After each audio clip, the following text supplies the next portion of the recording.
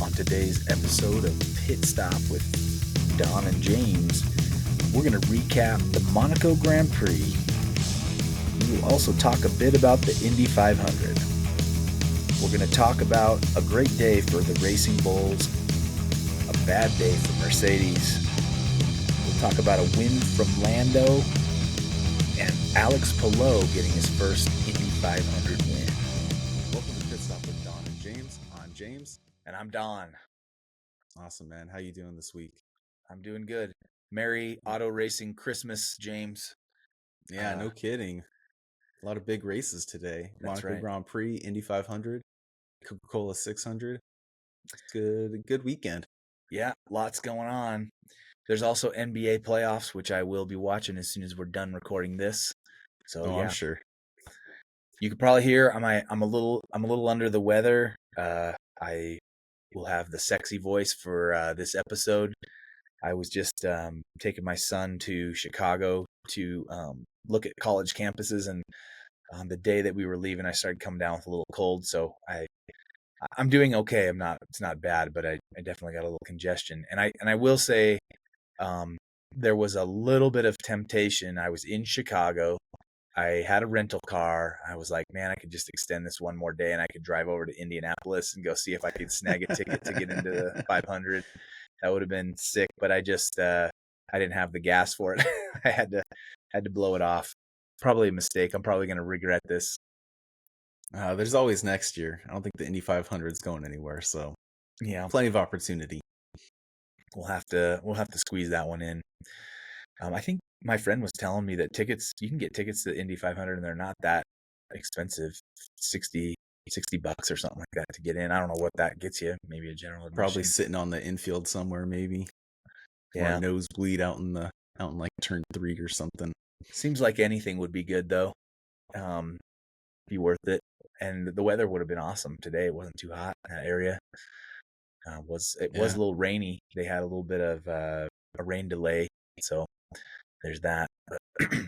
Yeah, meanwhile, it's 100 plus over here in Phoenix, so currently dying. Yeah, got the AC on full blast all day and all night, trying to just keep cool. Yeah, so it goes. Yeah, it's been really nice, pleasant weather here in Salt Lake. In fact, I need to go out to the Utah Motorsport campus and go ride the go-karts. They've got their their summer hours going now. So I was about to go last weekend, and I didn't do it. I got busy with something.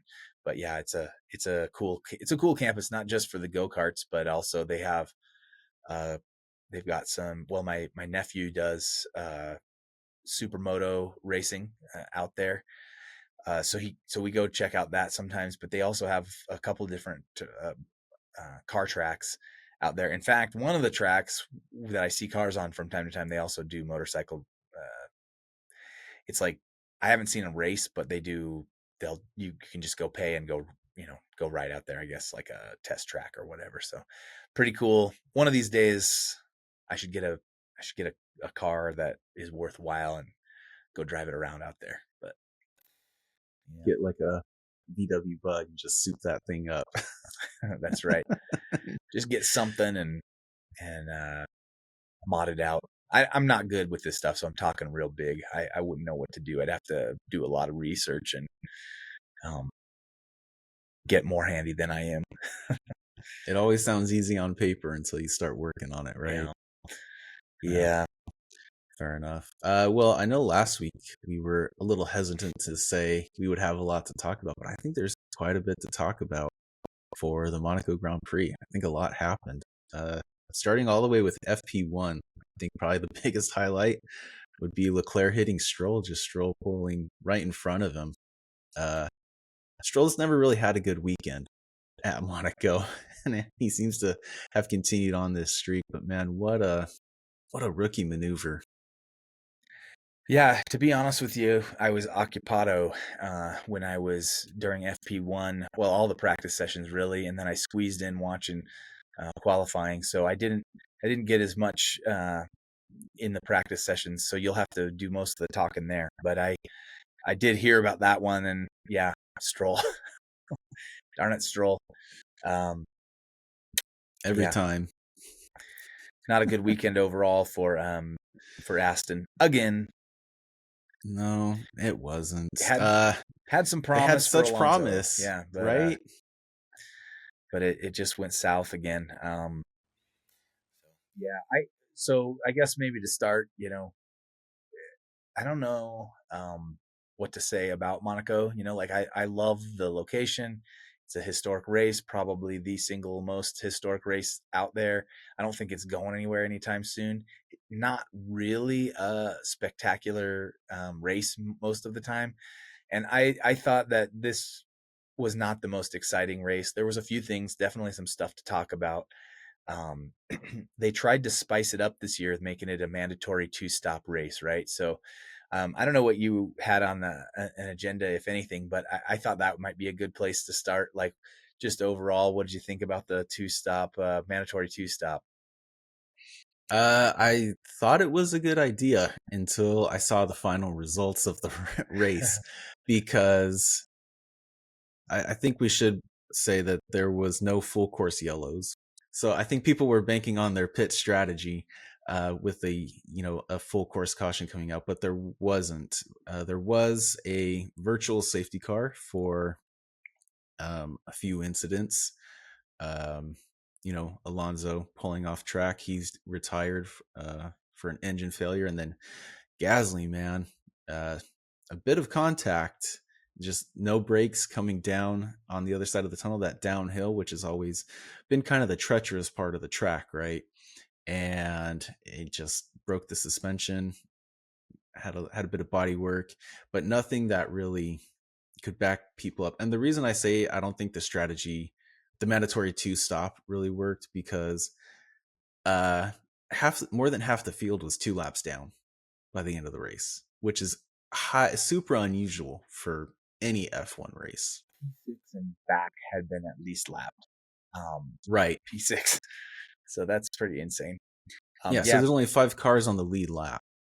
did they So actually ever break out the full virtual safety car? I thought they just had a yellow flag in a sector, and that I thought that was for the Gasly, because like Gasly, he lost his brakes, he hit the back of Yuki, broke his front axle, front left, I want to say, went straight through the chicane, and then was able to limp his car all the way back around. I think, um, which was surprising that he made it that far. And then I thought Alonso. you know what? I'm totally missaying it. There was a VSC for Bortoleto on lap 1, and the race resumed on lap 4. Okay. Yeah, So I just got Bortoleto. those a little confused. But That's right. yeah, And so that's what it was. Bortoleto hit the wall, but was able to But was able continue to on. keep going. But I think that they VSC'd because they had to check the Tech Pro. I don't think that it had anything to do with the car being stopped, right? So like it was just they had to go check to make sure the barrier was in adequate condition. My take of the two stop mandatories. I know why they were doing it, right? Like Monaco has a bad rap in modern F1 because of the size of the cars. Um, the track is not like an overtaking track at all. So qualifying is usually pretty exciting, and it's hard to come out anywhere but where you qualified, unless, like you said, there's a safety car, a virtual safety car, red flag, which isn't completely uncommon for the track, or if there's rain, which again isn't uncommon at Monaco either. But anyway, yeah, I so I think they were trying to make this mandatory two stop to kind of throw strategy as a way to see some drama in the race. And honestly, I did not think it worked. In fact, I think it backfired on them for two reasons. The first one being um, what you were saying. I think it ended up with several cars going long anyway, just waiting for a safety car to happen so they could get a cheap pit stop. That was true of Max Verstappen in the Red Bull. Like he was leading the race, but he was down a pit stop. Like he had only pitted once, where everybody else in the queue had pitted twice. So was waiting and waiting, hoping that a red flag or something would come out so that he would be able to get a free pit stop or a cheap one. So that was one thing that caused it to kind of backfire. And then the second thing, I don't know what you thought about this, but it seemed like what happened was it did increase team strategy because there was a couple of different teams who were trying to use the two of their cars to create gaps, right? Which was interesting in the fact that we don't see that usually as much in the races, but it made it really boring because you had people then going even slower to slow up the pack behind them, and people were getting ticked off. George Russell just decided to overtake through the chicane. Um, Yeah, man. so It yeah, was so I think what you're talking about is the Williams team, right? So I think they played the strategy in the narrow streets of Monaco to perfection yep, because Albon and Sainz switched places very quickly and very efficiently. hmm Albon slowed everybody down. I mean, I think he had a car of like 6 behind him at one point, so Sainz could get ahead to make his second pit stop, yep. and Russell just was not having it, cut the chicane, and was just took the penalty. I don't even know if there was a penalty. I haven't seen anything come of it yet. There was Looking at the was there? they, Okay. but so I think he was I'm not seeing it hoping. notated because he's still listed as finishing 11th, but Well, 2 laps down. he served the penalty. So Ah, he it okay. was. I haven't seen this. They gave him a drive-through penalty because they were thinking that they would do a. I think when he made that call, he was thinking he'd get a 5 or 10 second penalty and thought that that was fine because he would be able to charge ahead once he just got ahead. But in order to really stick it to him, they gave him a drive-through penalty. So he loses 20-ish seconds That going makes through. sense because he was the only driver listed as having 3 stops. So they Okay. must have counted the drive-through Yeah. as one of them. Yeah, it was. Man, I haven't seen anybody get a drive-through penalty in F1 since I've been watching that I can remember. I thought that was cool that they busted out. They were gonna have none of it. Like because I mean, it would have been a good move if they would have only penalized him 5 seconds or maybe even 10 would have been worth it. But because he would have lost more than 10 seconds driving behind the Williams. Right.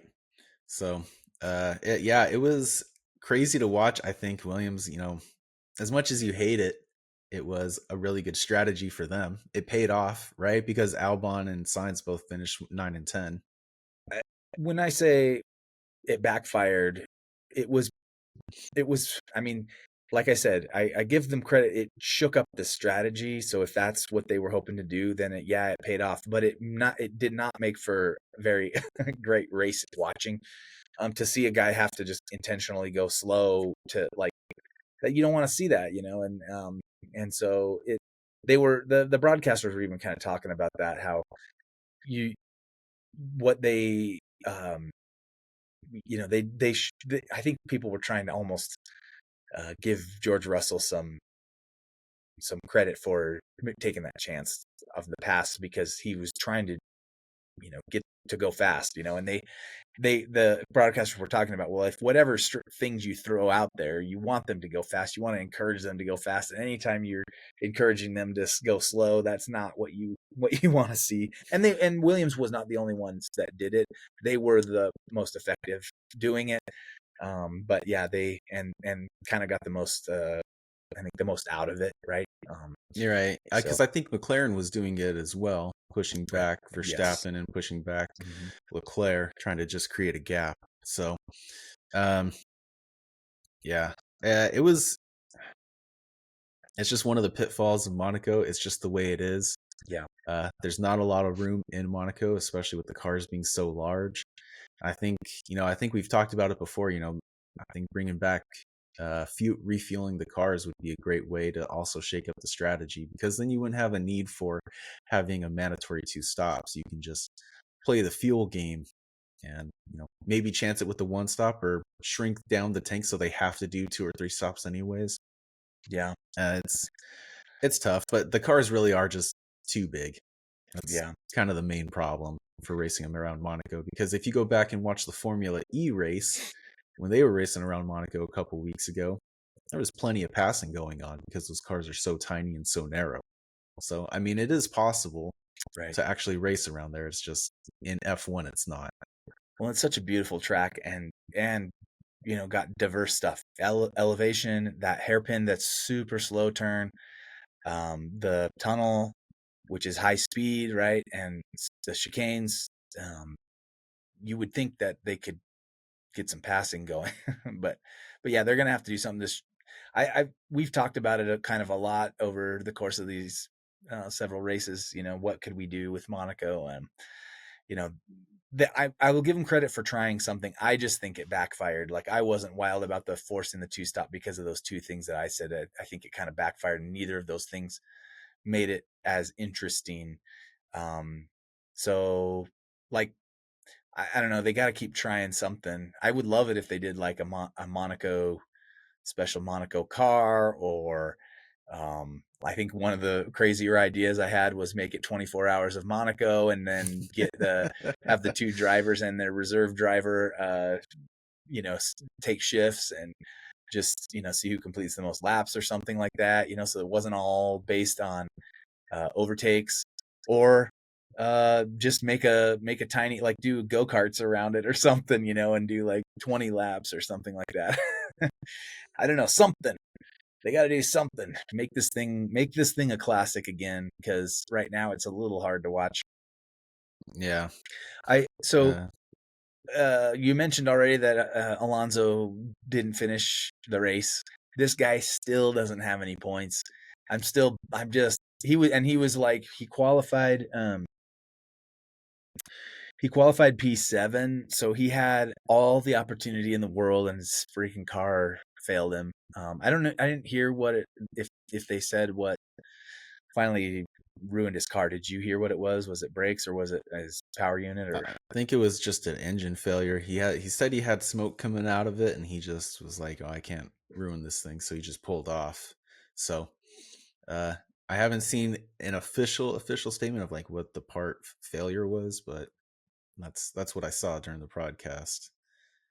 But he was off to a great start because you were right. He did have promise, yeah, because he did start in sixth, and he wasn't even that far off. So, I think there was some points potential. It's just like he said last race, he's very unlucky, and I think this weekend just further proved that point.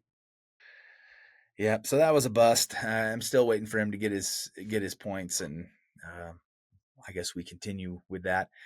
Uh, I had a bold prediction last time of Leclerc was going to win this thing 2 years in a row, and he came super close. So, I guess to recap the the the race, the win, it was Norris who pulled out the win again. I'm super happy about that. Like, I think that there's only a few points between him and Piastri now. So Norris takes the win, Leclerc takes P2, and Piastri P3. Yeah, I got that right. And then Verstappen was P4, and Hmm. Hamilton was in a distant P5. Distant P5, but still on the lead lap. And that was despite being penalized for 3 positions for impeding during qualifying. So he made up, well, in all fairness, Alonso DNFing was kind of a given one, but he overtook Hadjar with all the pit stops. So something happened. Yeah. Well, and yeah, he was the only car. He was the last car out. Hamilton was the last car out there that didn't get lapped. So yeah, he pulled it off. We'll call that a success for him. Leclerc, very close. He put pressure on Lando, and to be honest with you, I don't know what you thought, but it seemed like Leclerc would have probably won if not for the fact that this is Monaco and there's just not a good place for him to overtake on the track. He seemed like he had the pace to do it. Um, that's what it seemed like to me. I mean, he got within, it seemed like, I think it was under 0.3 of a second a few times in the last 10 laps or so. And so he was pushing up on his gearbox, just could not get around him. And I don't know where he would have, been able to make a move. I was kind of hoping he would take a lunge. It's a lot to risk at Monaco to take a lunge, right? Because if he crashes and he goes home with nothing when he could have had a P2, it's probably not worth that. But Yeah, there was a few years ago where he was making some great lunges going into the Rascas, and made some great lunges until he ran out of luck and binned it. So it is possible. Uh, just wasn't willing to risk it this race, which, in all fairness, taking the points that he got was probably the better way to go. So, And really, on that circuit, what you've got to do is put the pressure and hope that Lando makes the mistake, right? Like that's all he could really do.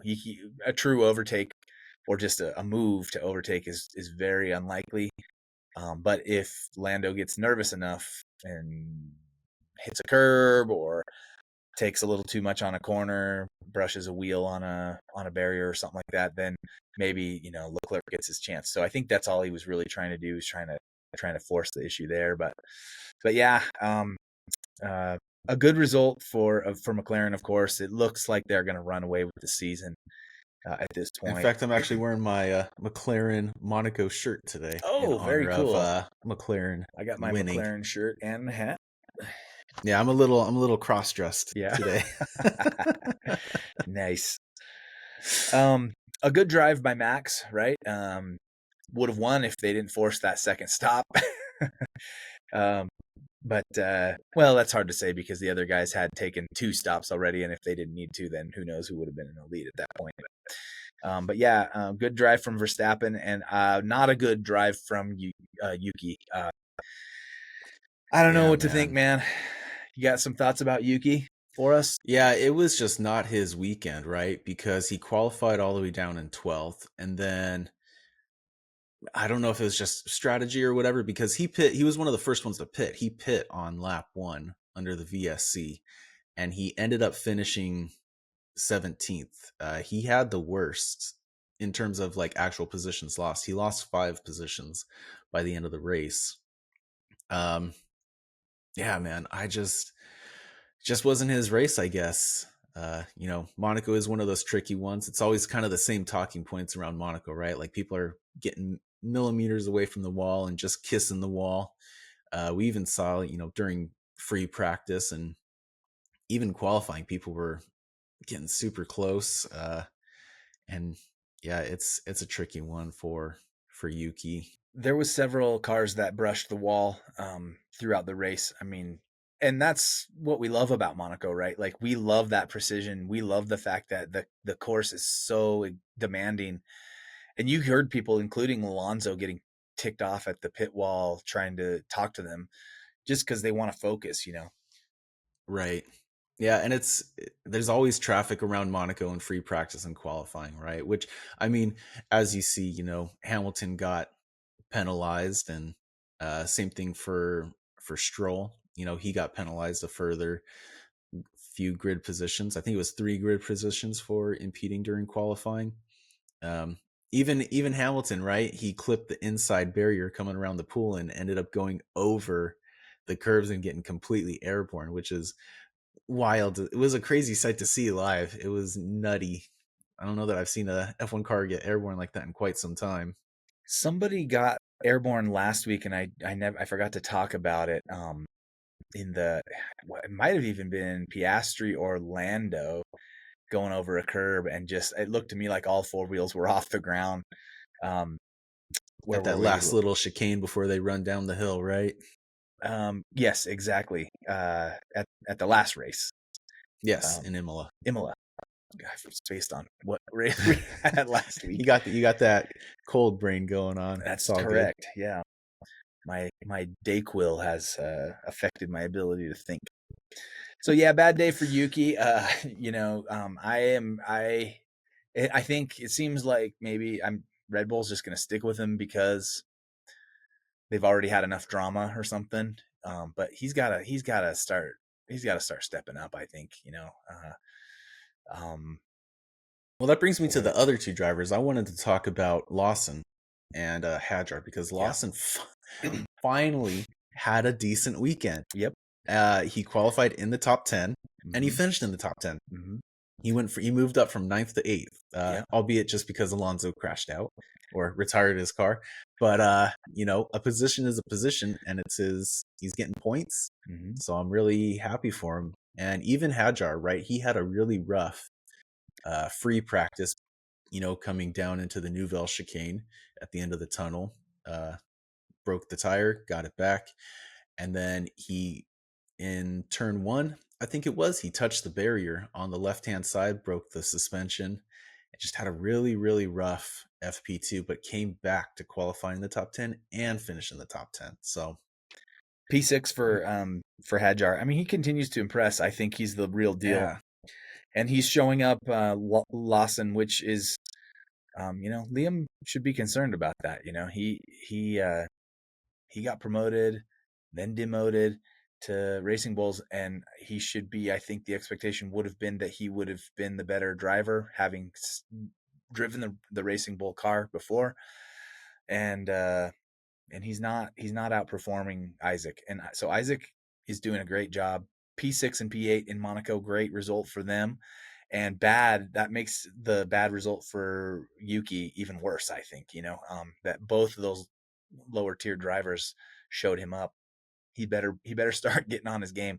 I'm not from here on out, unless something changes over the next few races. I will not be banking or making bold predictions for Yuki because I've lost a lot of confidence in Yuki.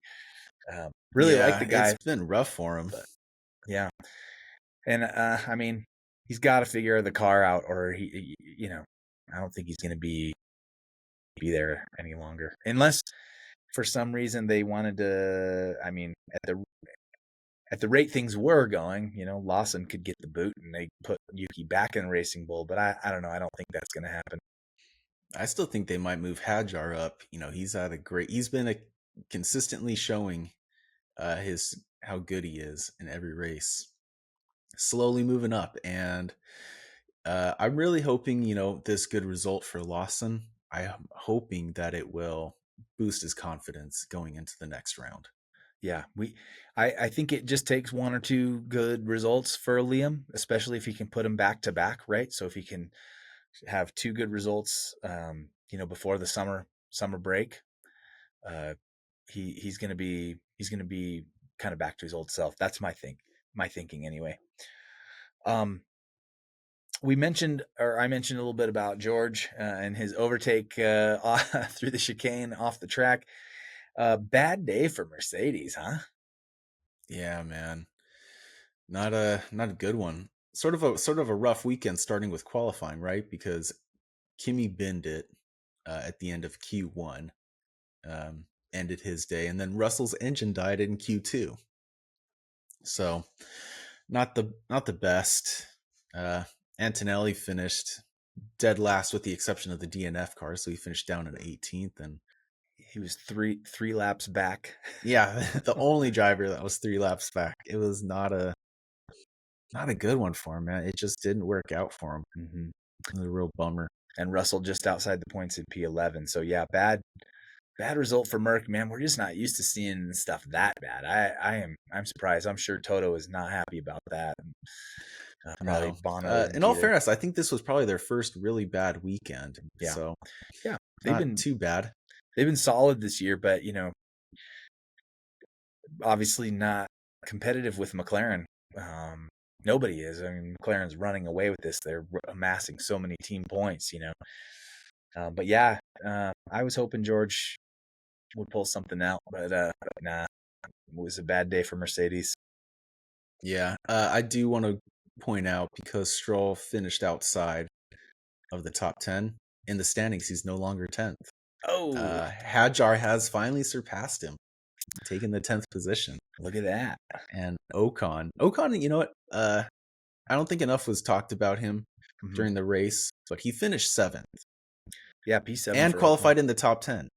So he's secured some great points for Haas this weekend, Yeah, which I'm really happy to see. American team, trying to support him, but it's kind of hard sometimes. yeah. Well, yeah, it was a good day for Haas, to be honest. I mean, P7 for them is a great result most weeks. A very good result in Monaco, and then Behrman, who was not looking promising, he was down in the bottom five. It seemed like for quite some time, but he finished P12. So he was sniffing at points. If there was a red flag or one or two more guys dropped out, he'd have scored a point. So Yeah, He started dead last, man. He moved up 8 positions. Isn't that crazy? At Monaco. So his strategy worked out. Probably the only one that had the strategy really work. yeah. So good day for Haas there, which is good because last week was not good for them, right? I had thought that they would up their game from the previous year's Imola outing, and they did worse, like significantly worse. Neither car near the points. They were kind of in the back half, and then so to come in and snag P7 and a P12, even though they don't get any points for the P12, it was a good result for them overall. Um, I mean that really was the. I think we've covered every note that I had from this race. What other things are we maybe missing, James? Did you have anything else we didn't talk about yet? No, I think we really touched on just about everything. Um, Maybe we didn't talk about how Hamilton crashed in FP3 to bring out the red flag and end the session. Um, So what happened there? Because I didn't watch the practice sessions. so during FP3, coming out of the top of the hill, at the run up to the left hand to go around the casino, he had a bit of a moment where he had a wiggle, and that corner is very notorious for if you're not on the racing line, you're going to hit the wall. And sure enough, hit the wall on the right side, broke the suspension, crashed out FP3. It was a sort of an odd mistake to see happen from Hamilton because we normally don't see mistakes like that from Hamilton this weekend. He seemed to be kind of a miss, but still managed to pull out a great result. So, but going into the weekend, I would not have guessed he would have done that well. He just wasn't really having it. But other than that, I think we touched on everything. So Hamilton, I feel like we need to talk about Hamilton for a second here. Let's do it. Yeah. So Hamilton so far, his achievements, he's been on the podium and he won a sprint race, right? That's what we've seen kind of his big achievements for the year. Is he where he should be, or um, is he underperforming for what we would expect from seven-time world champion, multiple record holder Lewis Hamilton? Should he be better than he is in this car? I guess that's the question. Why don't you give me your opinion on that, and I'll tell you mine. Um, sure. So Australia, as I say just about every week, I don't really count Australia. He finished 10th in Australia, but going into China, he had a disqualification, um, where both Ferraris were disqualified, um, for their skid plates. But other than that, he's been right around like fifth. His highest position during an actual race was fourth. So, um, if you're running behind the McLarens and Verstappen, that's already 3 positions back. So, and then you take your teammates. So fourth and fifth is probably where I would expect him to finish most weekends. Anything lower than that is going to be, some sort of anomaly. I think he should be ahead of Leclerc. Given his history within the sport and how good he was, and I still think he has the potential to continue to being great. But you know, Monaco is always kind of a hard one to judge, just because there's no other track like it, right? You were going so slow around this thing, and I think going into next week, I think we can expect some good things because we're going to go to Spain, and he's historically done pretty well at Spain, with the exception of a handful of races. So At we'll see which how it goes. at what round do you think it would be reasonable to think, okay, he's had enough time in this car, he should be producing top-notch results, his best results week after week? Or do you think Well, he has to go a full year? that's tough to say. Looking at the race today, I think you are right. I think that Leclerc did have the faster car to get around the um, the McLarens. I think had there actually been some passing room, I think he would have done it. I think he was the faster car this weekend. Just couldn't do it during qualifying, which is what really held him back. So I'm really hoping, going into next week, I think if Ferrari have finally produced a car that is worthy of being at the top, and we see Leclerc running in the top three, but you know Hamilton's still down in seventh or eighth. Then I think we can start to say there's a problem with him in the car, and he's just not producing the results that he needs to. Yeah, I'm hoping that by round 10 he's got the car enough figured out that he should be doing more damage than he's doing, like that's kind of where I'm putting it, is around round 10. I've been a little disappointed. I was getting all excited when early in the year he won that sprint race. I thought, okay, he's going to figure this out, and I'm really just hoping that what we're not going to see. But I will. What I'm hoping is that we haven't seen the best of Hamilton, or the last of Hamilton being at his best. I hope that he gets back on the horse, so to speak, but I'm really have my doubts about it. Like I'm starting to wonder, like, is he just never going to get back there? And it's difficult in sports, because of the constant influx of new talent, right? Uh, it's difficult to stay on top of your game as you age. So, I'm not really sure what to think of it. I hope he can figure it out and do better, but I also don't know that we will. Like I'm starting to get concerned about it. They got to figure out what it is with that, like what it is with aging, in motorsport, and figure out how whatever it is that needs the switch that needs to flip. I don't know if it's a mental thing. I don't know if it's a reaction time thing, or maybe both of those things. I've heard that as you get older, you start to consider safety a little bit, whereas when you're younger and you're in a racing car, you don't even think about it. So uh, anyway, I don't know. I'm not sure what it is with Hamilton. You don't win 7 championships without some pretty, you know, demonstrated skill.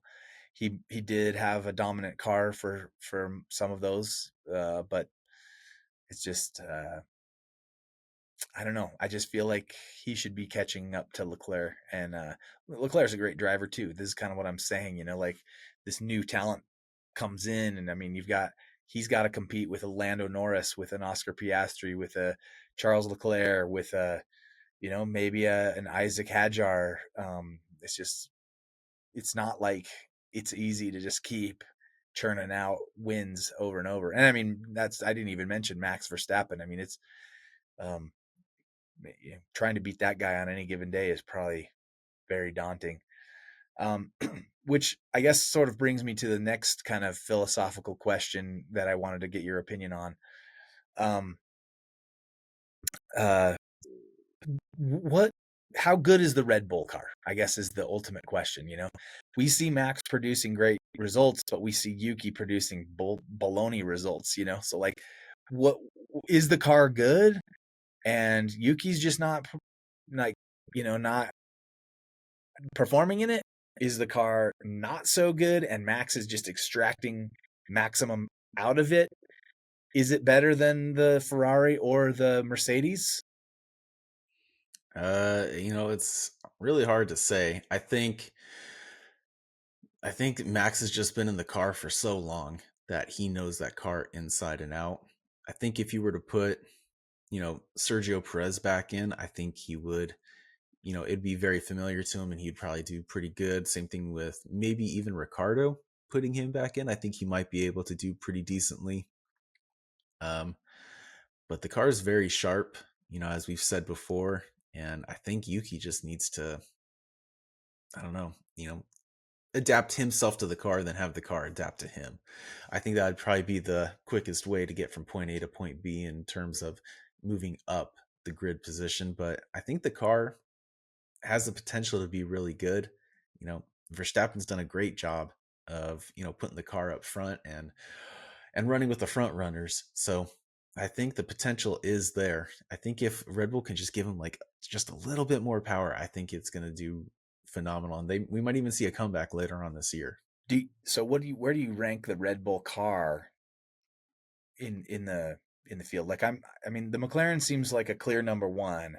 Then for number two, it's like, is it the Red Bull? Is that the second fastest car out there, or is it maybe is the Ferrari faster or If we're going just purely on points, Verstappen's sitting third in the championship. So him and the car are doing something. Russell is sitting pretty good in fourth. So I think Mercedes also has a lot of potential. And then it comes down to Ferrari in fifth and sixth. So they're all really close together. Uh, McLaren's clearly number one, as you said, but I think Red Bull is still the second best car to have. if that's the case, then I really want to see Yuki. I mean, they can't keep having these drivers not produce for them, Like if they've got the car, they got to get the driver, man. Um, Daniel Ricciardo Daniel Ricciardo is another guy like I don't I think I joked last week. If I didn't on the podcast, I joked with you off the podcast about, should Daniel Ricciardo come back uh as long as they're just throwing drivers out out the door. Uh which I can't tell you how excited I would be if they actually do that. Like I would be stoked to see him uh come back to the sport. But anyway, uh he, to kind of wrap up the thought I had about Ricardo, I felt like he was in the same situation that I'm sensing coming with Lewis. Like, I liked Daniel so much and I wanted him to succeed, and we know what he was capable of, race wins, competing for the championship, but he seemed like he just couldn't get it together enough no matter where he was, whether it was at Renault or McLaren or Racing Bulls. Like he just couldn't extract more out of the car, and it was heartbreaking to watch. And I'm kind of feeling the same way about Lewis now. I think Lewis is getting more, at least some more consistent results than Daniel was getting at the end of his career. But so maybe I'm overreacting, but I keep on waiting for Hamilton to do something amazing, and then it's always just like it's middle of the pack kind of stuff. So I really hope that he figures something out. I'm really going to be watching him over the next few races, and then if I don't see anything by round 10, I'm going to put him on the Yuki list. I'm like, okay, I don't know, maybe it just isn't there anymore. So anyhow, yeah, Yeah. those are my thoughts about about Hamilton. That's fair. I have two more points I'd like to bring up, actually. Yeah, sure. So the first one, I think I would be remiss if I didn't acknowledge that Lando Norris set a new lap record around Monaco, a 109.954. So kudos, kudos to Lando. Yeah, Give him some golf claps there. nice job, Uh, Lando. Yeah, that was. and then along that same point, he took the fastest lap in the race after Verstappen came in to do his final pit stop. So, and then won. So, he was obviously very, very quick going around there. And then my last one is sort of like a continuation of a complaint about the broadcast, because I don't know if you noticed it, but I noticed it during qualifying. I mean, you had brought it up that it was showing that there were some cars on the medium tires. But I don't think that was entirely true. I think they were on soft tires. And I went back and tried to watch the online footage, like the onboard cameras on the feed. And there was one where it said Albon was on the mediums. And I was like, there's no way you're trying to set a fastest time around Monaco on mediums. And I went and looked, and to me, it looked like he was on the soft tires. And then that was actually confirmed, because when he crossed the start finish line at the end of Q2, it like switched right before they took off, and it said that he was on the soft. So like, So they got it wrong.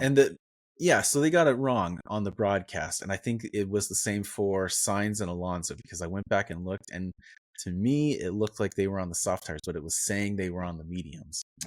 And then it did it again like during Q3. So I'm not really sure what's going on with the broadcast, but they just seem to be messing it up somehow. And I think it's something they need to go back and fix. Yeah, that's weird. Yeah, I thought it was the Alpines maybe that they said were on mediums, and I was like, what are they doing?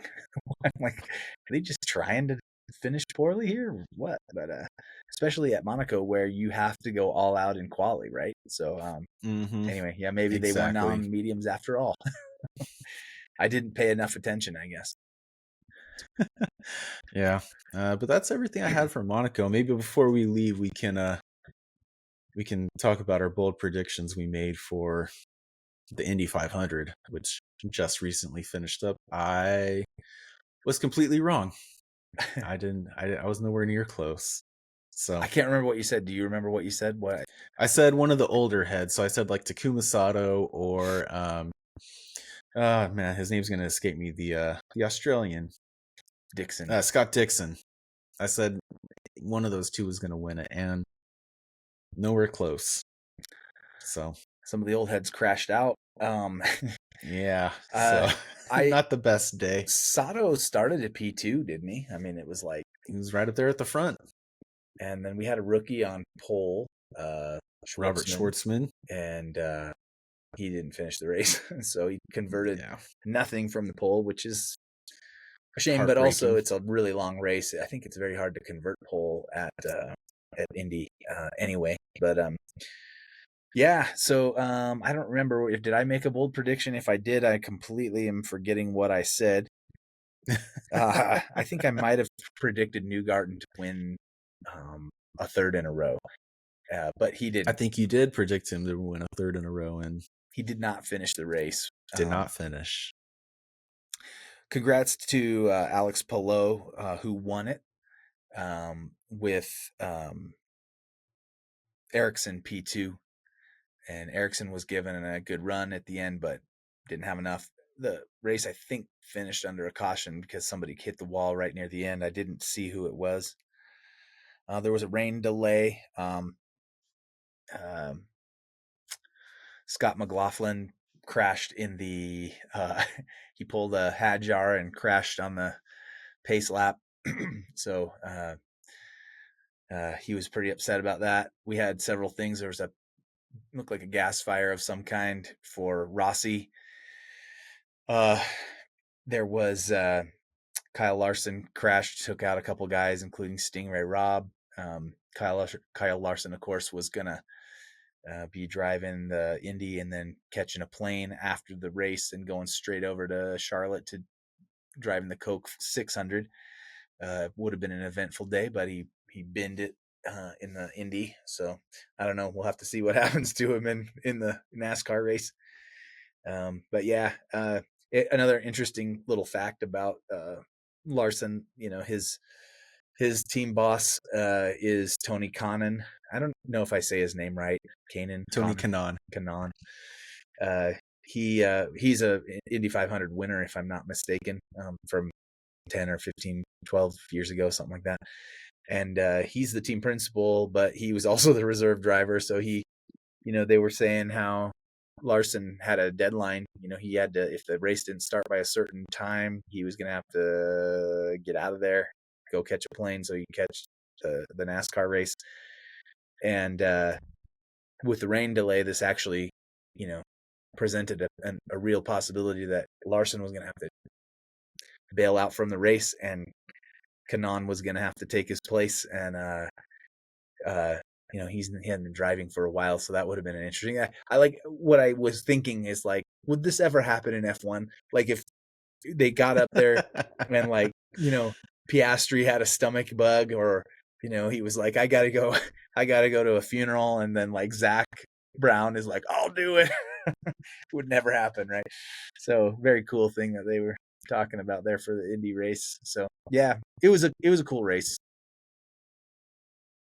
Yeah, I'm gonna have to go back and watch it, or at least maybe the highlights. It's a 3-hour race, so it's kind of a lot to sit through. Yeah.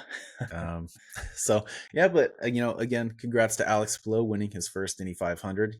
He's a multiple championship winner of the IndyCar series and finally gets his first F1 or Indy 500 win. So good for him. We're super excited. And then all that's left to do is just make our bold predictions for Spain next week.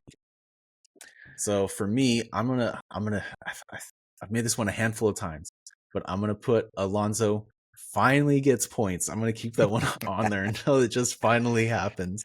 I think he's finally gonna get a stroke of good luck in Spain. So I'm gonna put that one. I'm gonna go super bold, and I'm gonna say Hamilton will finish ahead of Leclerc going into Spain. And then I'm gonna put that Oscar finally comes back and wins a race. It's been a while since Piastri has won, and I think Spain might be the place for him to do it. What about you, Don? Okay, I'm gonna admit that I didn't really do a lot of looking ahead, but and I'm feeling like some of my old bold predictions. I don't want to recycle them. I'm tired of putting bold predictions on Hamilton or Alonso or so this is not really a bold prediction, but I'm going to say it's 2 in a row for Lando. He's gonna come out with a second win and regain the drivers' championship lead. So Norris for the win. Um, and I think I might just try one more because I don't know. I think I did this one before, and I was way off. But I I'm gonna go with we're gonna see a Williams get a podium for the first time in however long it's been. A Williams on the podium. That's what I'm gonna go Wow. for. So huge swing on this one. Um, uh, Lando for the win. Williams on the podium. Lando for the win, Williams on a podium. Man, that is a crazy bold prediction. That's right. Well, So I want to go to some of my old ones. I feel like I keep on going for the same kinds of stuff. But I mean, another thing I could have gone for was like, I made that big deal about Gasly not causing damage on the car. Well, now he's done a little bit he's of finally damage a done it. couple times. Maybe he has a damage streak. Oh no. No, I'm not going You to don't go want that to far. give Yuki another chance? No, Yuki's on my list. Yuki and Hamilton is fast approaching that list too. Just a couple more races. If I don't see anything different from him, I'll put him on the list. Alonso is kind of on that list too. It's like, okay, he's going to score those points when he scores them. I'm not going to tread into that water anymore. So That's fair. I think this will be my fourth time putting Alonso as getting his first points. So we'll see if it finally oh happens. Maybe man, I'm the one that's jinxing him. Who knows? I don't know, but yeah, this is getting hard to watch, especially given that Stroll is effectively kicking his butt in the points department this year. That's hard pill to swallow. I want to see Alonso get such a good result that he's immediately even with Stroll. So whatever it is that breaks this streak, let's hope it's like a P4 or something. I would love to see Alonso be in the top 5. That would be amazing. I'm sure he would really relish it. two Go out years and ago, celebrate. 2 years ago when he was on the podium, I mean, it was like the first 7 or 8 races he got like 5 or 6 podiums. It was really cool, and then it's just like ever since that fever broke, they've been nowhere. So yeah, I mean, you and I have talked many times that we think it's just a matter of their focus being off of 2025, and they're just going all in on 2026. And so, yeah, at this point, unless something surprises me, I think it's just a rubbish year for Aston, unfortunately, and they seem content with it. Just put all your efforts into next year, all your hopes into Yeah, next year, huh? yeah, and Adrian Newey. I mean, like the fact that they got him and he's working on the 2026 car, it should be a very encouraging thing. Like that guy's got a really good pedigree, so you know, could I'm rooting for Newey. I'm rooting for his success as well as the team in general. So Yeah, I hear you. Well, I hope we finally get some correct bold predictions because I feel like we're having more wrong than correct ones. yeah, So well, we're swinging for the fences. Maybe we need to tamper it down a little bit. they keep moving the fence back. Yeah. Gosh dang it, man. Uh, but that's everything, man. I look forward to talking to you next week after Spain. I love the Spanish Grand Prix, so it'll be a good one to talk about, and hopefully lots of excitement. Yeah, I'm excited. We after Spain, I think we've got a couple week break, right? And then we'll have Canada after that. So that's gonna next week will be good, and then the week after that, the pod will be one where we're like, what do we talk about? There was no Oh, I'm race. sure we'll find something. It'll be a good one. Yeah, we always do. I got a big mouth, and I got when you get me going. I'm a quiet individual most of the time, but you get me going, and I just start talking. That's for the best. All right, man. I'm gonna let you go. Enjoy the rest of your day, and adios. Adios.